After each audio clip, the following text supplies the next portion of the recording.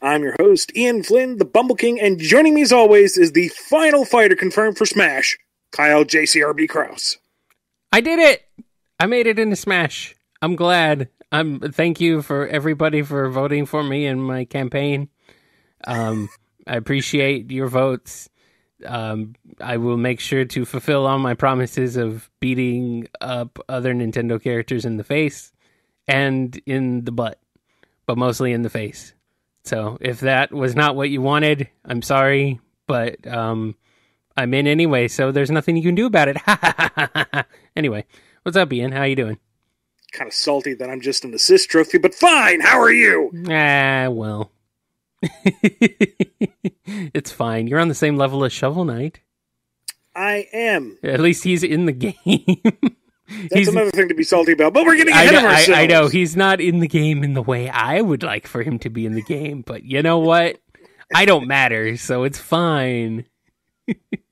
You do matter. You're like half the show. Nah, more like an eighth. It's fine.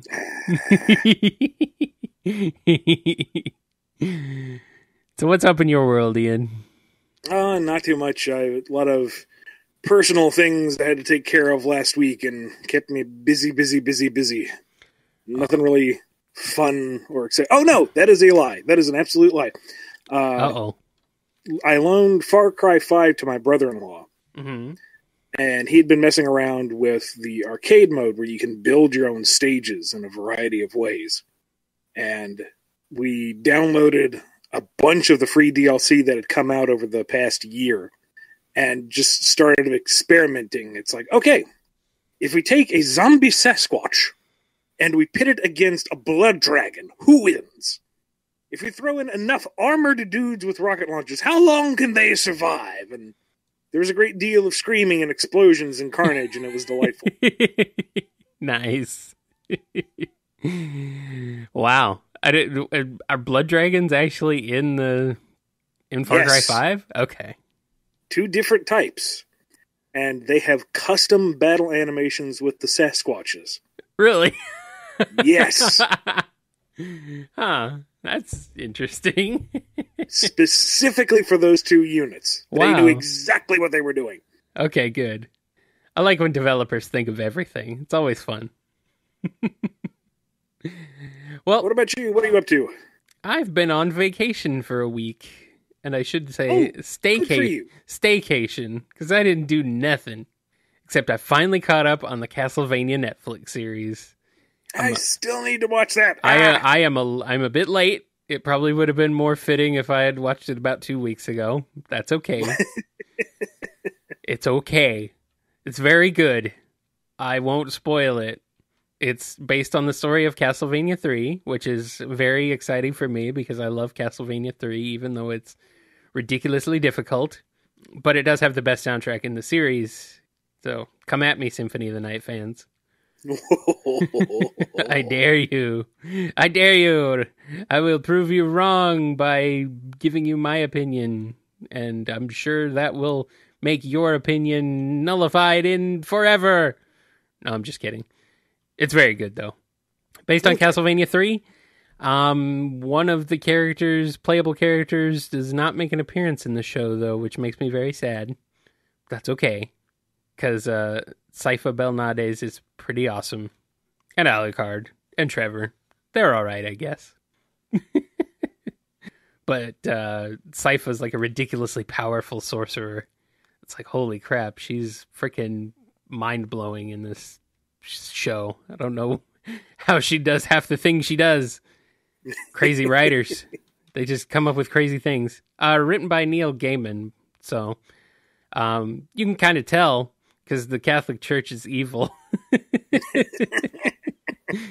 It's like, well, yeah, I guess so. But they're not the main villain throughout. So I thought it was a little weird how they split the seasons because season 1 is only 4 episodes and it's basically a prologue. But season 2 does finish out the story, so it's not like they have set it up for another season, which would go beyond the game at that point. It would just be a continuation of what happened beyond the game. But I think in terms of where it is right now, if they didn't make a season 3, that would be fine. They wrapped up the story.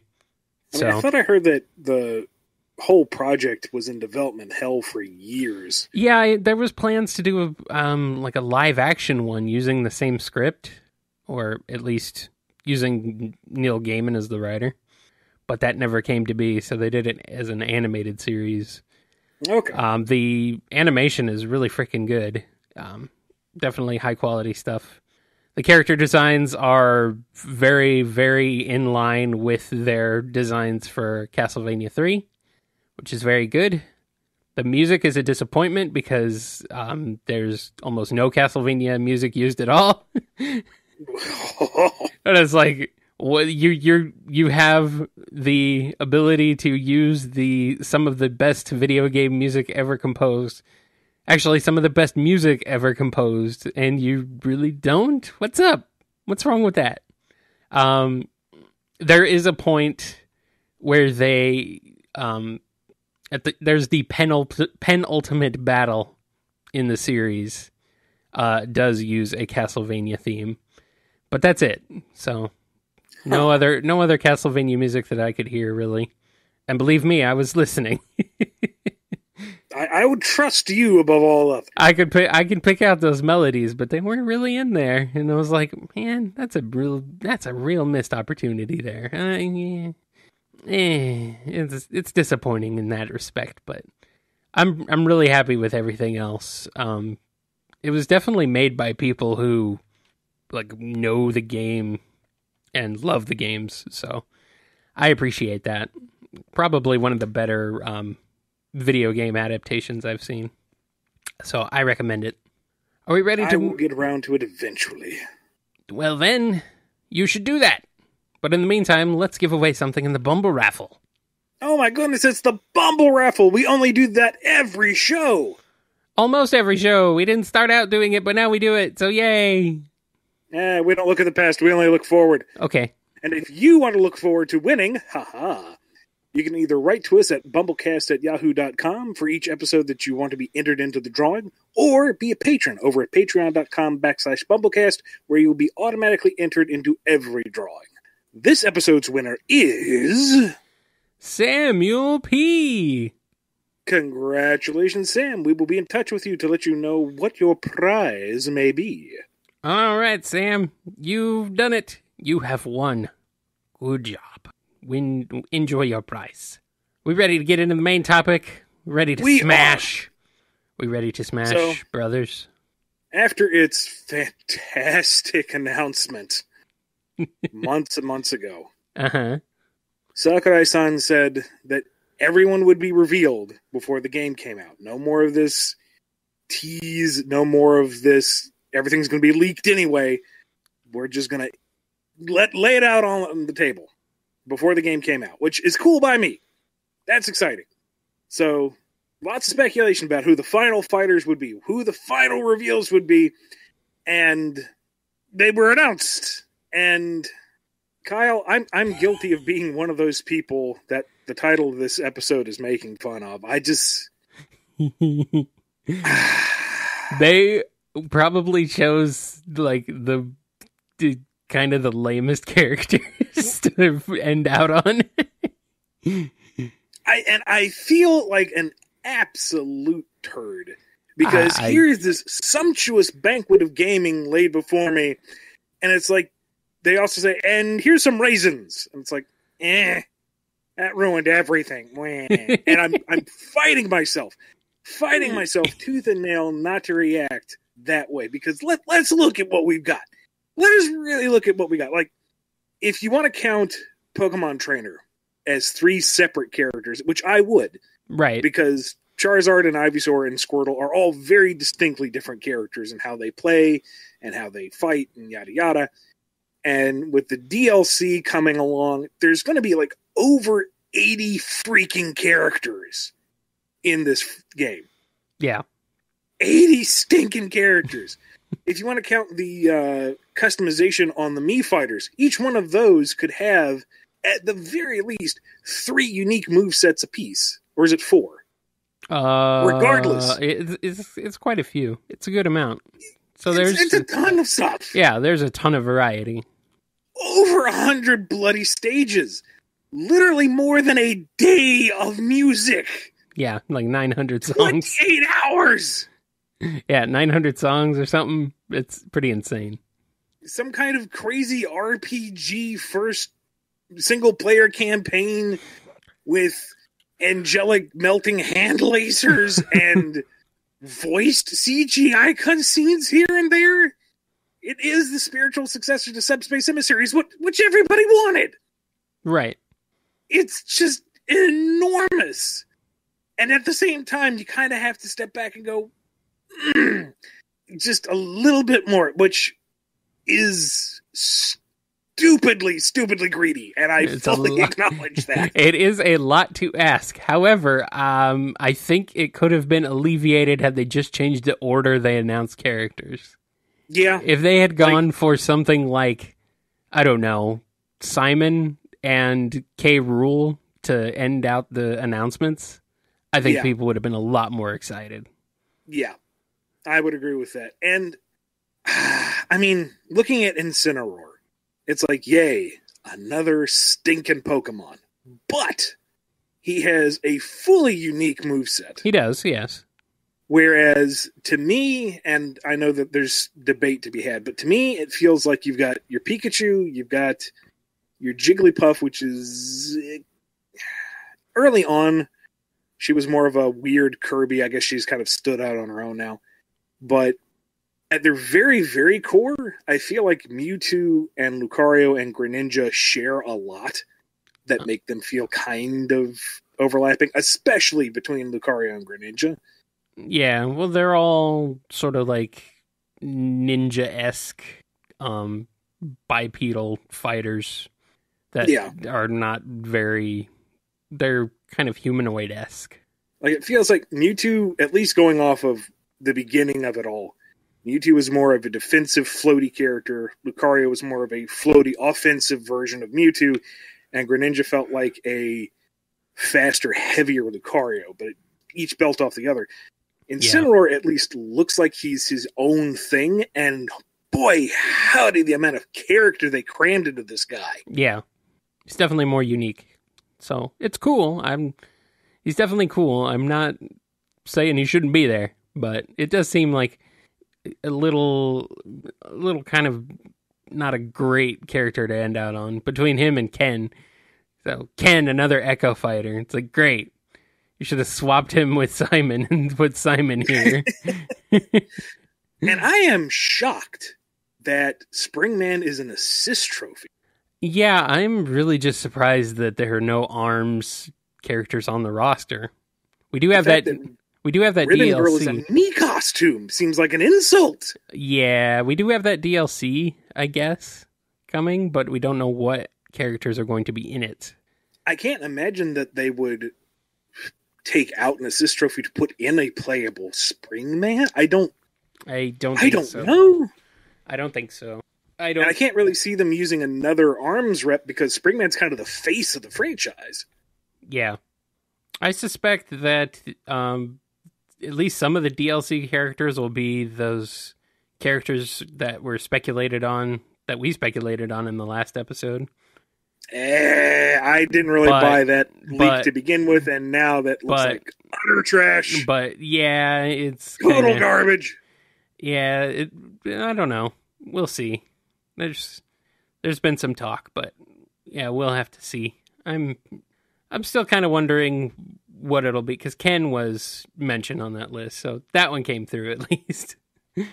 Well, once they announced Echo Fighters, I think everybody was already kind of predicting Ken to some degree. I mean, suppose you could have... He's an Echo of Ryu. That's kind of his thing. I suppose you could have said that of Ken, but I don't know. I am surprised that we don't have Octolings as Echo Fighters straight out of the gate, given that it was one of the most polished bits of DLC that any Nintendo title has gotten, and Splatoon has just got this rabid, passionate fan base. That one really, really surprises me. Yeah, they're like maybe not Echo Fighters but like even just like a costume, just a skin that changes their hair, basically. I mean, technically their ears are a different shape, but that, like you said, they don't take much to switch between the two. So right, change their hair and their ears. There you go. Could have done that, but I don't know. Hopefully they don't use the DLC slot on Echo Fighters. That would be a little lame. I think they said it would be no Echo Fighters. That would all be originals. Okay, good. I'm 99% sure that was stated. And that they have been selected by Nintendo. So I'm willing to bet there's not going to be any more guest franchises. Yeah. Well, we can sit here all day and be like, oh, if they'd have gone for just a little bit more. But here's the thing: they're giving us so much already, and it's hard to complain. But it's so tempting to be like, oh man, if only this character or that character were in there. Come on. Now, I am a little surprised too that, like, okay, in terms of just representation, cool that Shovel Knight's in there to any degree. Wish he was playable, but cool that he got some rep. Right. Sad that Shantae didn't get any assist trophy rep. Yeah. But in the World of Light, there is at least one stage that is themed after her. Really? You fight Samus in the orange bikini on the Wind Waker pirate ship. Huh. So she at least got some acknowledgement. But it feels like, why not put a little assist trophy in there, you know? Yeah, well, we don't know necessarily everything going in, I guess. Do we know? We may not have a definitive list of assist trophies yet. I don't Maybe think she's in there. I don't think we do. You know, I mean, that could be one of the surprises of the game when it comes out that we just we don't see, because I don't tend to announce smaller stuff like that generally. Shovel Knight they announced early, but that might have been something with Yacht Club, where Yacht Club was just really excited and wanted to tell everybody. And I don't blame them. As much as nice as it would be if he were an actual fighter, I'm glad he's in there anyway. It's just good to have him represented, because he really is truly a love letter to classic Nintendo. Absolutely. Yeah. Even more so than Shantae, even. Yeah, I suppose. Yeah. The more I think about it, I keep coming back to World of Light and how, when it was announced, it was kind of like, okay, cool, that's our single-player campaign. Mm-hmm. And then I keep coming back to it going, oh yeah, and there's like a stat system on top of that. It's not just going stage to stage. You build up your characters, and you'll unlock your characters through the gameplay, and it looks like the maps are massive, and the stages aren't just fight this dude, they're all themed. Mm-hmm. Every single one of them have these special tweaks and perks to them. When they showed off the Hal Emmerich themed stage, and it's Dr. Mario in the black coat and a giant Metal Gear styled Rob, I lost it. I was cackling. That is phenomenal. It's like, what else are they going to do? You know, the Sonic themed stage. No. The sisters out of Animal Crossing, who are all hedgehogs, and it's all different colored Sonics. That's fun. Yeah. That shows a lot of thought and effort and creativity, and I can't wait to go through all of that, and that's got me more hyped than the final character reveals. Yeah. That could have been what also they were doing, was just hyping up the final mode reveal. The main, which I'm really glad to have a single player mode again, because I kind of got burnt out on Smash 4 pretty quick, just kind of going through the motions of fighting over and over and over. Just the grind of that grinding game, it, yeah, ground me down. Yeah, it's definitely grindy, and there's not a whole heck of a lot to keep you engaged in terms of stuff. Like you do something a couple times, it's fun a couple times, and then you're done. You know, you unlock all the characters. Okay, I'm good. I'm satisfied. You get all the stages. Okay, cool. That's fine. There wasn't really a whole heck of a lot of depth to it, which I thought was a bit of a missed opportunity and some disappointment.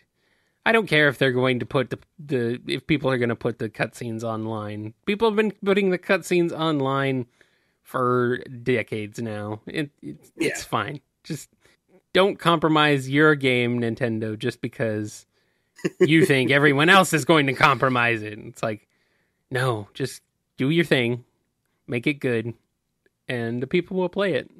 And maybe people on the internet will watch it, but guess what? Maybe those people were probably never going to buy your game to begin with. Or they're doing your advertising for you, so... Yeah, that's one thing Nintendo's really having trouble understanding. Actually, I'd say most game publishers and developers are having trouble understanding that, but yeah, that's a whole different discussion. Now, I am, on the one hand, disappointed that it doesn't look like we're getting character customization anymore beyond the Mii fighters, but that would be balancing multiple playstyles across 80-plus characters! I gotta be honest with you, I never used the customization for the base fighters anyway. Well, I would have used it more, except you had to unlock each additional move individually, and it was all randomized. Yeah. So, yeah, there's multiple mini games to play, but, you could spend 2 solid hours trying to get this one variable move for your favorite character and not get anything to show for it. Right. And that's kind of disheartening. Right. So, yeah. On the one hand, I'm disappointed that we're losing the stage customizer, because we had a lot of fun with Smashketball, which was a narrow platform and then the launching barrels all across the ceiling. Mm-hmm. So you just launched people so they got shot straight down, and it was delightful. But we're going to have over 100 stages with the option to turn off stage hazards, with the option to play it Battlefield style, with the option to play it Final Destination style, with ridiculous amounts of music. It's all there. There's plenty of stuff to do. Oh, yeah. There's no doubt about here's that. Here's all the toys, but I want that one. No, you don't. It's all there. Go play with everything else. I think part of it stems from the fact that they bill the game as kind of the ultimate Smash Brothers. Here is all the stuff that we can possibly cram into it. And that kind of sets your expectation of, okay, well, then what about this thing that I would like to have? And I don't think that's wrong, but I do think it kind of sours what the actual product is, because this is a ridiculous content-filled game right here as it's presented, and we're going to be getting more stuff. Ian Sakurai... Granted, we have to pay for it, but... Ian Sakurai is literally killing himself for you. What more could you want I know! I am an ungrateful man-child. I understand this. It's okay, I am too. Get back to work, Sakurai! I mean, I miss the trophies. I will really miss the trophies. They were super cool. Mm-hmm. But if they're going to build 80-plus characters and 100-plus stages and all of this other stuff together, something's got to give, and it's got to be all of these models that have to be built and rigged and yada, yada, yada. Yeah, okay. I understand that. Yeah. And in return, we get a better version of the sticker system from, what was it, Brawl?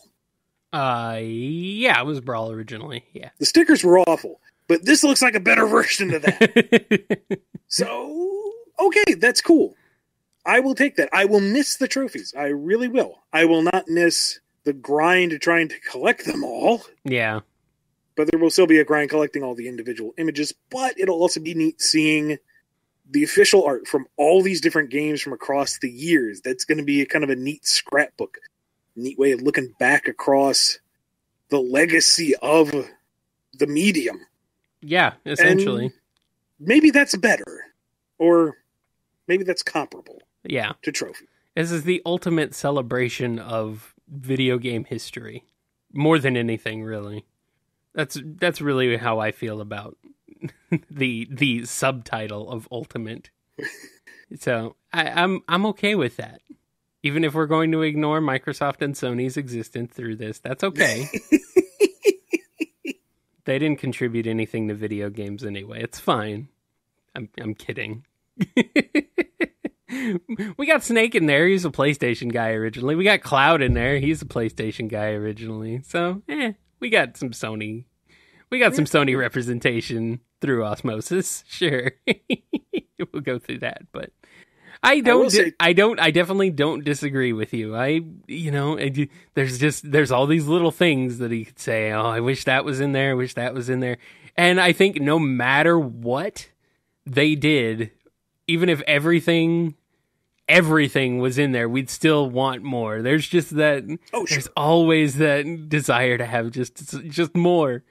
Just more, and I understand that feeling, and I have it too. But it's like, at this point, it's so ridiculous just how much stuff there is to begin with that it's not even funny.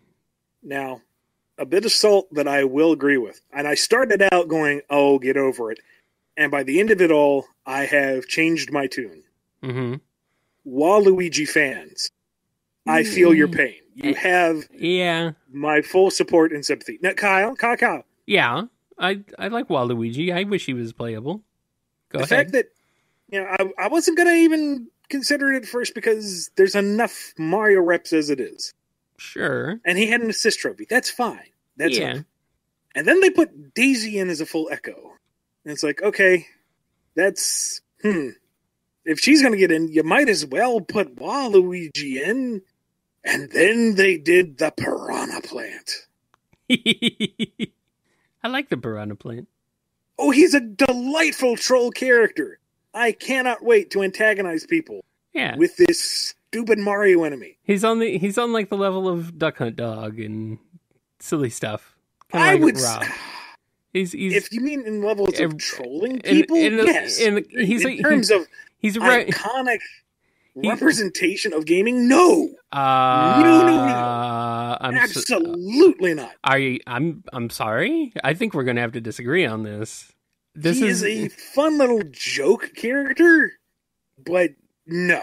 This is a character from a 30-year-old it's franchise. It's not a character. It is a stage hazard. He's a character from a 30-year-old franchise. He's one of the most iconic enemies in video game history. It's like playing as a Gordo out of Kirby or a Matan out of Megaman. No, it's not a character. It is a thing. No. A Piranha Plant. It's one of the most famous characters in history. It's the second. It's the second enemy you meet in Super Mario Brothers. Would a Goomba have been a better Mario enemy to go with? Goombas arguably have more characters, but with them having faces and emotions over the course of the day. I would have taken a Koopa Troopa as a more legitimate option. Before I would accept the freaking flower with teeth. I wouldn't mind a Koopa Troopa, actually. But I love that. I'm okay with it. I have no problem with it whatsoever. I think it's perfect. It's a great, just a great tribute to Mario as a franchise. And it's the surprise enemy. It's a surprising enemy to choose because I feel like a Koopa Troopa or a Goomba would have been the obvious choice. But a Piranha Plant, it's just enough out of left field, yet still a fitting celebration for gaming and for Mario that it works.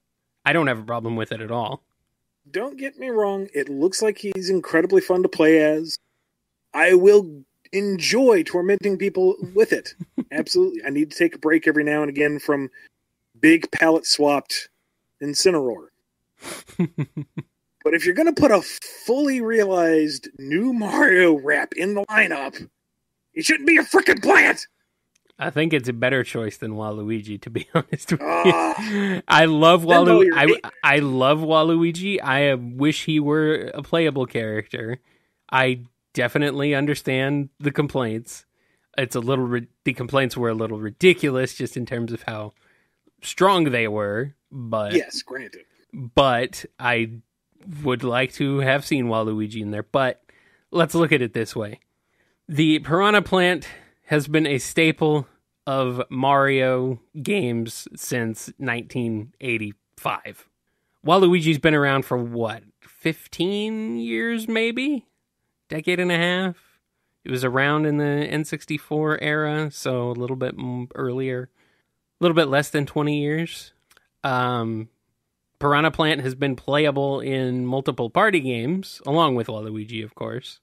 The Piranha Plant is pretty much a constant regardless of where Mario is. Like, pretty sure Piranha Plants were even in Mario 2 and Subcon, if I'm remembering correctly. I think there was at least a couple of Piranha Plant representations in that game. I wouldn't know. They've been with the series forever. So I think it makes perfect sense. More so than Waluigi. But that's just me. But a Koopa Troopa would have been good too. Or a Paratroopa. That would have been fun. That's what I'm thinking. Like, have your up B sprouts wings and becomes a Paratroopa. Or maybe side B as he pops on the hat as a hammer bro and throws a hammer. You know, you represent the whole Koopa army. Sure. Koopa clan, Koopa tribe, Koopa. Yeah. Koopa things. Koopa thingies. I like it. It's got a ring to it. Koopa thingies, yes. I'm fine with it. Let's do that. Let's just have the Koopa Troopa game. Let's have all the different Koopa Troopas. Regardless, though, I cannot wait for it to come out in a few weeks. I have that puppy on pre-order. Going to load it up. We're going to have to do some BumbleKast gaming live on, or just stream it in general. Oh yeah, I'm going to pick it up because oh my goodness, we're going to have to play it. Fun. We're going to have to play it together. Do you know if there's online co-op or is it only online Smashy? I'm assuming it's only versus. Lame. It would be fun to go through the single player as a co-op. It would. Because you could do that in Brawl, but local only. Mm-hmm. I don't know. That would be fun. But either way, I think we are both definitely going to pick it up. We're both pretty excited for it. I mean, there's always things we could say we wish were in it instead or in addition, but it's so packed. It's so packed. And we get to look forward to another year's worth of, oh, this leak is totally legit. Here's what the DLC is going to be. Yeah, that's true. Could be interesting. I'm curious how quote unquote legit that leak from the last couple weeks was. It could be interesting to see if any of those characters actually make their way into the game. All right, we have questioned game developers enough. Let's have other people question us. All right, it's time for the Q&A. All right, if you want to ask us some questions for the Q&A time, you can hit us up via email at BumbleKast@yahoo.com, on Twitter at BumbleKast, down in the YouTube comments if you're listening to this on YouTube, or via Patreon comments or private messages. We got a priority question here. We got two priority questions this week. First one comes from Chris A. Was Drill Woman originally human? I'm going to assume you mean Quake Woman out of the Megaman comic. Because I don't really need a Drill Woman. Yeah, I'm pretty sure I think Drill Woman is a fan character. Oh, I didn't even know about that. Okay. Yeah, I think so. But no, Quake Woman is a robot master just like Rock, Roll, and all the others. Yes, she is a robot with emotions, or with non-emotions for a little while. With very human-like features. Well, yeah, they're robots. They all have human-like features in Mega Man World. Next up comes from ScruffyMatt. I got the Blu-ray of The Death of Superman for my birthday and really enjoyed it. It was a refreshing improvement from the awful Doomsday movie that DC did about a decade earlier. Anyway, I was wondering what some of your favorite animated superhero movies are, whether they be DC, Marvel, or something else. Not gonna lie, Scruffy. When I read that question initially, I'm like, you really like Death of Superman? Oh, you don't mean that movie. Oh, you mean a different one. Okay. What, are you talking about Batman v Superman? That's not animated. No. They did an animated version of Doomsday storyline. And it was just stunningly bad. Like, Okay. awful pacing, tone deaf to the characters in the series. It was... And that's what the best thing about it was the documentary that came with it, talking about the comic event. That was fascinating. But the animated movie, ooh. And I'm assuming stuff. that's what he's referring to, is that movie.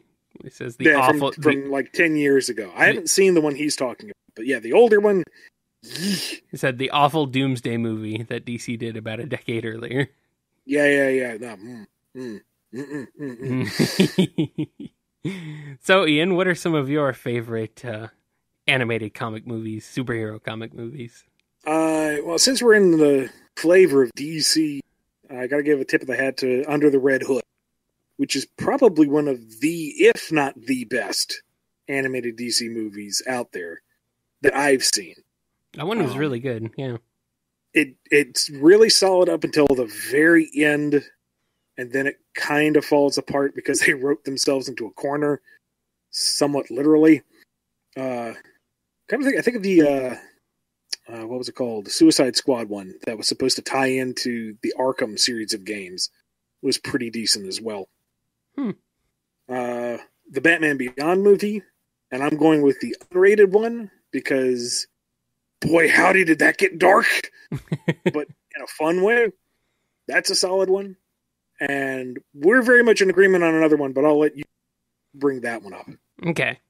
I haven't really had the chance to watch many of the animated superhero movies.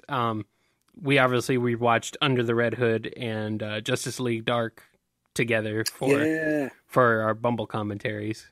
Those are really good. I like those. But the one I've seen that I definitely enjoyed was Turtles Forever, the Teenage Mutant Ninja Turtles crossover between the 2003, the 89, and the comic Turtles.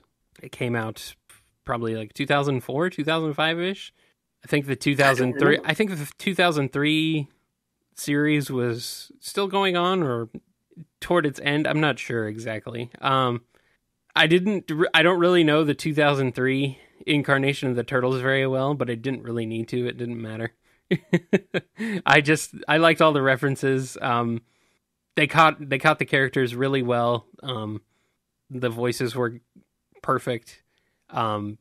Bringing back classic 80s Shredder and oh man, I don't know. It's been a while since I've seen it, but I do remember really just enjoying the all of the nostalgic aspects of it, I suppose. But it was also just a really solid movie, especially for a crossover. They managed to keep it pretty tight for a crossover. But the big one, of course, has got to be The Incredibles, which of course is not a direct comic adaptation, but in terms of just being inspired by superhero comics, it's an animated superhero movie. I don't think it gets any better than The Incredibles. Well, sure, yeah, it's just not based on a pre-existing property. I mean, unless you want to say that it's a pastiche of Fantastic Four and whatever else you want to call it. We won't bring it down with that comparison. Oh man, that's harsh. But yeah, I freaking adore The Incredibles. Mm-hmm. Probably to an unhealthy degree. I still have not seen The Incredibles 2, though. I just recently saw it, and oh boy, it's not bad. I didn't think it was bad. I just wasn't sure how well it held up to the original, which is a tough act to follow. That's the thing. I am so enamored with the first one. I know that I cannot give an unbiased opinion about the sequel. Yeah. I just feel like the sequel tries to do the first one again, but not as well. It has its moments. It absolutely does. It's just, all through the whole thing, I kind of felt like we've already been here before. That's another topic altogether. Yeah. I don't want to color your expectations. Well, I mean, I would go into it not expecting it to be as mind-blowing as the first just because, sequel. So you're not really coloring my expectations any more than I already have colored them myself. But I have heard that it's good. I've not heard bad things, so I'm looking forward to watching it at some point. I'll get around to it eventually. But the original movie is just freaking... It's the best Disney movie, like, bar none. Yep. No doubt. Yep. No doubt about that. No argument there. Nope. All right, we ready to move on to standard Q&A? Let's do it. All right, first one comes from PP Tori. For the question, if you were given a seat to work on a classic Megaman game with little to no restrictions, would you include Tempo and Dr. Lalinde or any other Archie-exclusives? If so, how? I've been wondering how their story and relation with the game characters would need to change if added so late in the timeline. Unless you retcon or reboot the entire series. I would not be so presumptuous as to reboot the game series if I was given the chance. No. Well, they've already done it a couple times, so... If we're working under the idea of, like, Mega Man 12, since 11 actually came out, who would have thunk it? Yeah, that's weird. In a classic-style game, it would be neat to put them in, but I would not want them to kind of steal the spotlight. I wouldn't want to use this opportunity to push them too forward, Sure. Like, what I'd love to do would be your standard 8 Robot Master fight scenario with each one from a different country. Not necessarily a real country, but, what we're going for with each one of these. So you would have, the representative from GeoWorks with Dr. Lalinde and with Quake Woman. We could maybe bring back Dr. Estelle and have him with Plant Man, bring back Plant Man just for giggles. Show off different scientists from around the world and what their particular robot masters would be. Maybe some of them are returning from an older game, like bring back Dr. Cossack and one of his robot masters. Or invent new ones, just to explore the world a little bit. But the thing with the classic games is that they are very story light, for the most part, and I'd want to keep it that way. I feel like the larger, deeper narratives are more X and Legends and Zero and ZX, everything that came after classic. Right. That's where you really get into the more intricacies. Classic is light, and I would want to keep it that way. Yeah, I don't think you need to go ahead and reinvent the entire wheel for Mega Man, but definitely including some other robot masters. They start out as good, and then slowly but surely they are corrupted by Wily and made his army because that's how Wily works. I think that would be cool. All right, next question comes from Sonic Soulspeeder. Can you please make Silver more relevant in comics, and don't make him a Whisper fanboy, but a determined fighter? I don't like how Silver is represented in IDW. Sad face. I'm sorry you feel that way. That's not how I was intending him to come across. Like, I'm wondering if you missed the part where he saves Sonic's life and uses his psychokinesis to turn Sonic into a wrecking ball to destroy most of the badniks in the room. Catching all the missiles, throwing back the missiles. All the stuff he did in Sonic number 11, if you haven't read it yet. Silver is a determined fighter. He does get out there and do the heroic stuff. It's just, he's kind of a dork, and that's what makes him so much fun. That's what makes him endearing. That's what makes him Silver. All right, next one. Go ahead. If he were to become just kind of like grim and determined, he'd be Shadow again. No. How many shadows do we need? I don't know how many androids are still stashed in the basement. Oh, boy. Hopefully none. Next one comes from Kastub. I think that might be how you pronounce that. I'm not sure. When you set up a world where your stories take place, how do you make that world and its characters feel more alive? Oh, boy. It's a bit of an That's open-ended. a big question. It's a bit of an open-ended one. It is really tricky, mm-hmm. and depending on who you ask, I have and have not done that well. To me, I try to step back and look at it and say, okay, how does this function when the main character is not involved?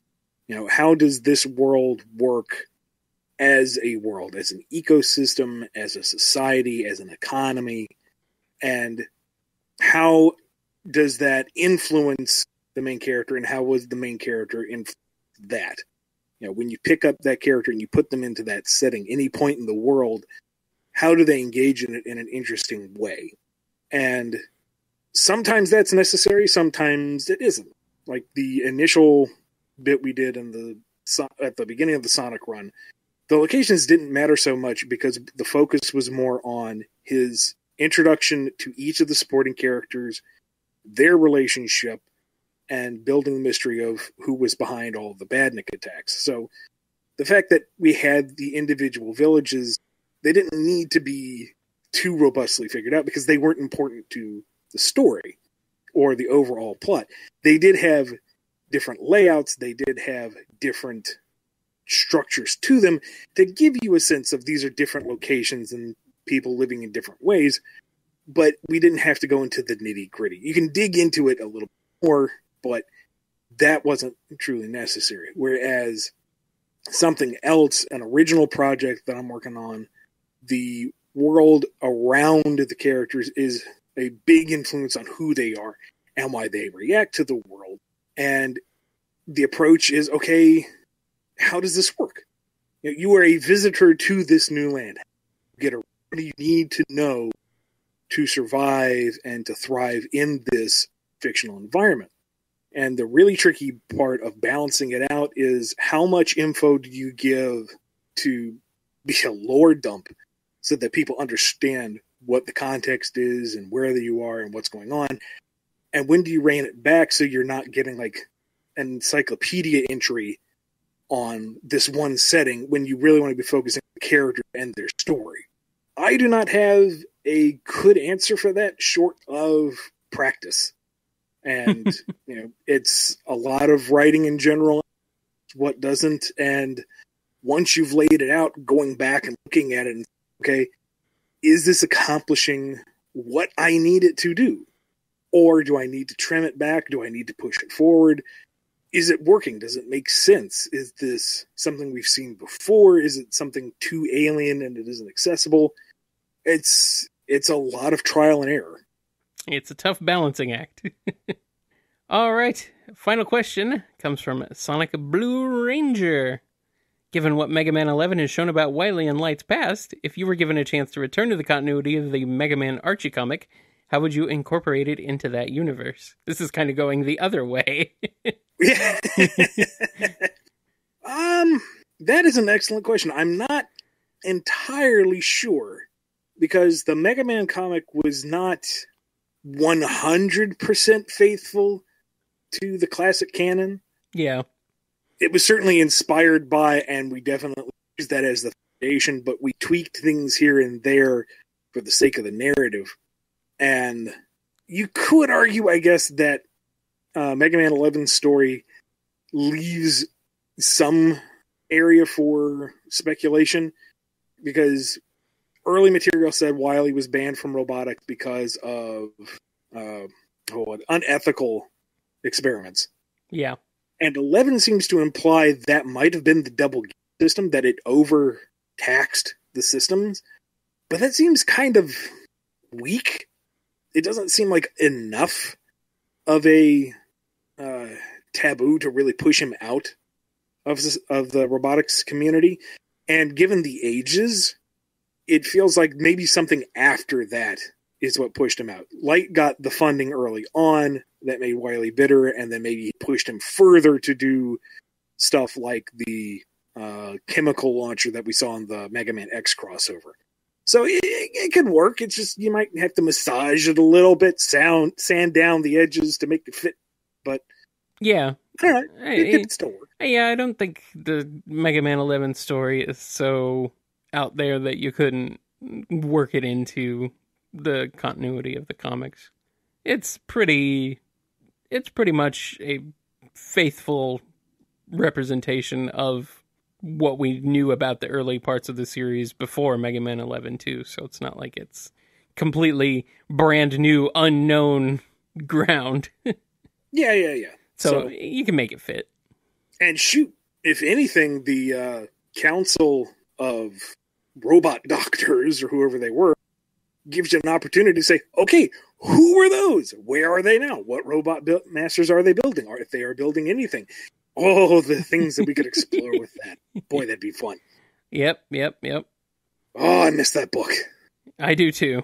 It would have been nice to have the Archie comic characters on that council. That would have been cool.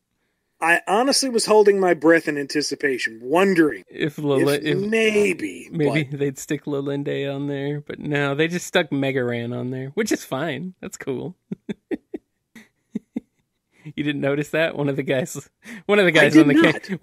the council looks a bit like Megaman. Huh.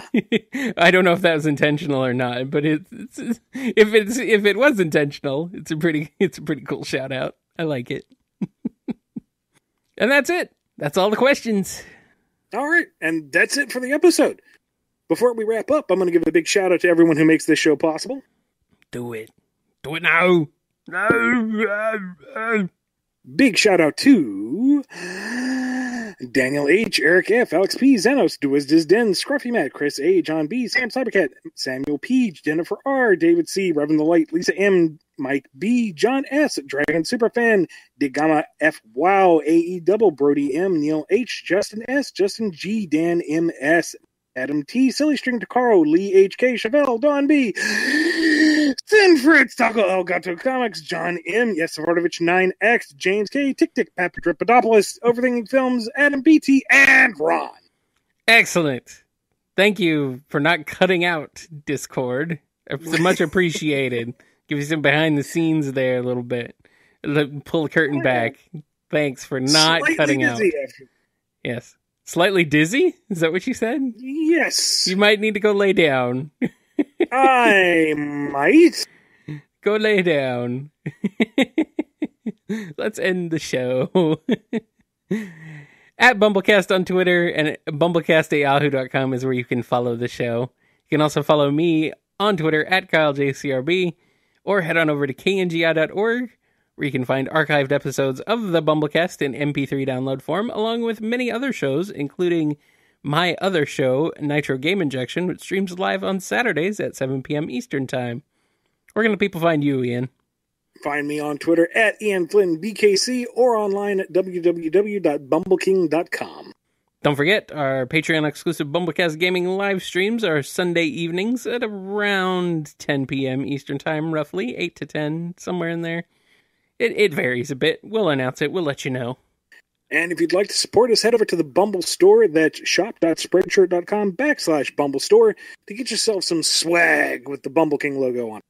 Why not? Yeah. And that'll do it for this edition of the BumbleKast. We'll see you next time. Thank you so much, guys. Have a good night.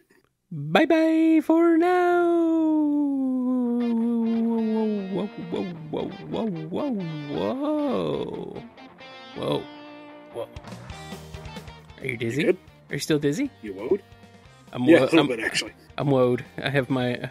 My woe has been woed. Whoa, dude. Hey, thanks for listening to the BumbleKast. If you like the show, be sure to hit that subscribe button and consider supporting us on Patreon. We have some great rewards, as well as big plans to make the show even better. Also, rate and review the show on iTunes. It gets more folks listening and really helps us out, so we definitely appreciate it. Original music by Ken Coda Snyder, used with permission. Find more of his music at bc.s3m.us and find the theme song at noisechanradio.bandcamp.com. Available as a pay-what-you-want download. I'm good. Legit, though, I might take a nap before we stream tonight. That's fine. Go do that right now. Do it now. I think I will. Do it now. Sleep. All right, fine already. Have the sleep. Have the sleep. Ian, go to sleep. Go to sleep. I'm gonna go to sleep. Alrighty, I'm also tired. I may take a nap too. Then we have a plan. I like that plan. It sounds like a very good plan.